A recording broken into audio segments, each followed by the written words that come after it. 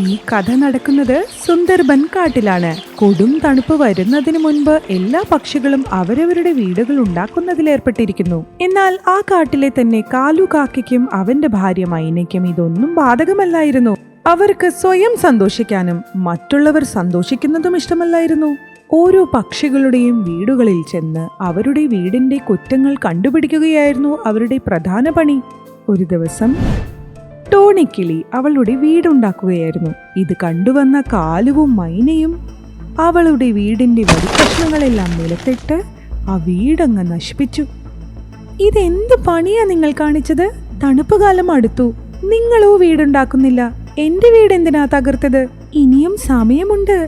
ഞാൻ വീണ്ടും ഒരു വീടുണ്ടാക്കും. നിങ്ങളും ഉണ്ടാക്കിക്കോ, അല്ലെങ്കിൽ നിങ്ങൾക്ക് വളരെയധികം വിഷമിക്കേണ്ടി വരും ട്ടോ.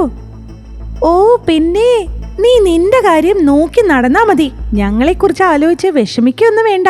പോയി വീടുണ്ടാക്കാൻ നോക്ക്. ഉപദേശം കൊണ്ട് വന്നിരിക്കുക. ടോണിക്കിളി അവളുടെ വീട് വീണ്ടും ഉണ്ടാക്കുന്നതിലേർപ്പെടുന്നു. കാലുവും മൈനയും അവിടുന്ന് സ്ഥലം വിട്ടു.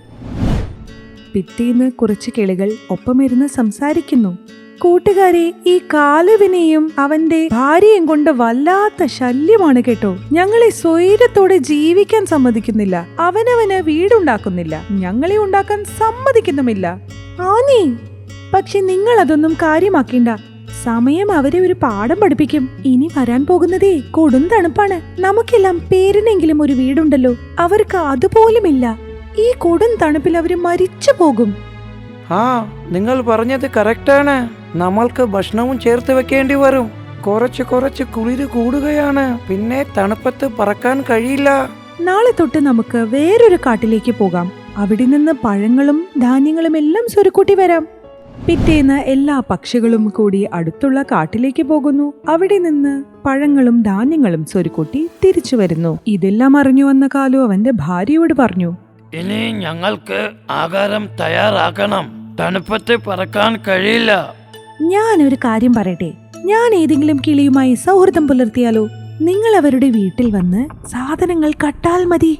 അതെ, ഇത് വളരെ നല്ല ആശയമാണ്. ഞങ്ങൾക്ക് പിന്നെ ജോലിയും ചെയ്യേണ്ട, ആഹാരത്തിനുള്ള വഴിയുമാകും.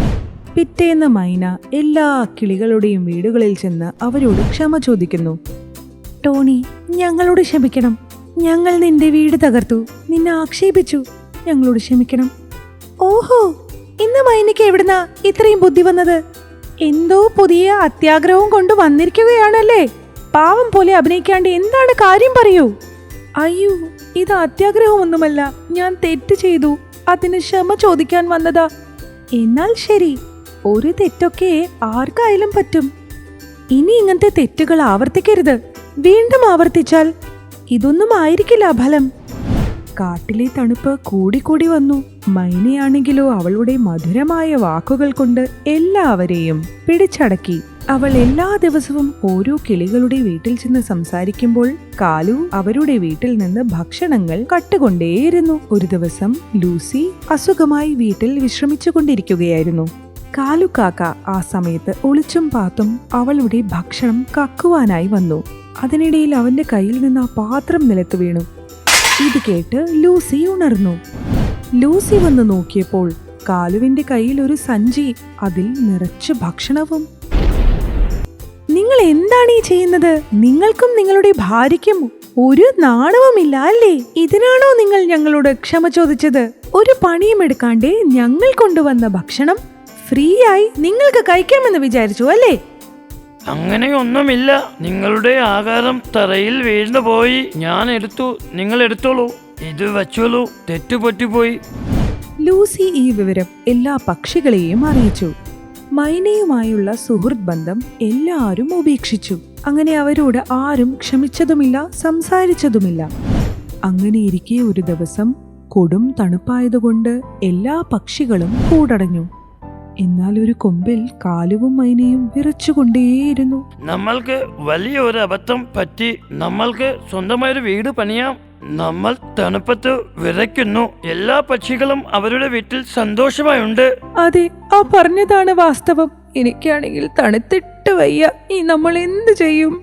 ആ ഘോരമായ തണുപ്പിൽ മൈനയുടെ ആരോഗ്യം വഷളായി. തോരാത്ത മഞ്ഞുകൊണ്ട് അവൾക്ക് പനി പിടിച്ചു. കാലു വീണ്ടും എല്ലാ പക്ഷികളുടെയും പക്കൽ ചെന്ന് സഹായം അഭ്യർത്ഥിച്ചു. എന്നാൽ ആരും സഹായിക്കാൻ തയ്യാറായില്ല. അങ്ങനെ കാലു ടോണിക്കിളിയുടെ അടുത്തെത്തി. ടോണി, എന്റെ ഭാര്യയ്ക്ക് തണുപ്പ് കാരണം സുഖമില്ല. ഞങ്ങളെ സഹായിക്കണം, ഇല്ലെങ്കിൽ അവൾ ചത്തുപോകും. ഞാൻ നിങ്ങളോട് എത്ര വട്ടം പറഞ്ഞു ഒരു വീടുണ്ടാക്കാൻ? അന്ന് നിങ്ങൾ അത് കേട്ടില്ല. പകരം ഞങ്ങളെ എല്ലാവരെയും പറ്റിച്ചു. നിങ്ങൾ നല്ല കള്ളന്മാരാണ്. ഇനി ഇതും നിങ്ങളുടെ വല്ല പുതിയ അടവാണെങ്കിലോ? പൊയ്ക്കോളൂ ഇവിടുന്ന്. കാലു കാക്ക കരയാൻ തുടങ്ങി. എന്നിട്ട് കൈകൂപ്പി ടോണിക്കിളിയോട് പറഞ്ഞു, ഇന്ന് വരെ ഞാനും എന്റെ ഭാര്യയും ഒരുപാട് തെറ്റ് ചെയ്തു. ഇന്ന് എനിക്ക് നിങ്ങളുടെ സഹായം വേണം. പ്ലീസ് ഞങ്ങളെ സഹായിക്കൂ. ഇത് കണ്ടപ്പോൾ ടോണിക്കിളിക്ക് വിഷമം തോന്നി. അവൾ കാലുവിനും മൈനയ്ക്കും അവളുടെ വീട്ടിൽ അഭയം നൽകി. അതുമാത്രമല്ല, മൈനയുടെ അസുഖം മാറുവാൻ തലയിൽ തണുത്ത തുണിയെല്ലാം വെച്ച് അവളെ രാത്രി മുഴുവൻ ശുശ്രൂഷിച്ചു. പിറ്റേന്ന് അസുഖം മാറിയ മൈന ടോണിക്കിളിയോട് ഇങ്ങനെ പറഞ്ഞു, ടോണി, നീ വളരെ നല്ലൊരു കിളിയാണ്. ഞങ്ങൾ നിന്നെ ഒരുപാട് ഉപദ്രവിച്ചു. എന്നിട്ടും നീ എന്നെ സഹായിച്ചതേയുള്ളൂ. ഈ ഉപകാരം ഞങ്ങൾ ഒരിക്കലും മറക്കില്ല. അങ്ങനെ കാലുവും മൈനയും വളരെ നല്ലവരായി തീർന്നു. ടോണിക്കിളി അവരുടെ ഉറ്റ സുഹൃത്തുമായി. അങ്ങനെ കാലുവും ഭാര്യയും ചേർന്ന് അവർക്കു വേണ്ടി നല്ലൊരു വീടുണ്ടാക്കി. ബാക്കി എല്ലാ കിളികളുമായി അവർ നല്ല സുഹൃത്ത് ബന്ധവും സ്ഥാപിച്ചു. ഈ കഥ നമ്മെ പഠിപ്പിക്കുന്നത് സമയം ആർക്കും വേണ്ടി കാത്തിരിക്കുകയില്ല. അത് ഒട്ടും പാഴാക്കരുത്. പാഴാക്കിയാൽ നമ്മളെ സമയം ഒരു പാഠം പഠിപ്പിക്കും.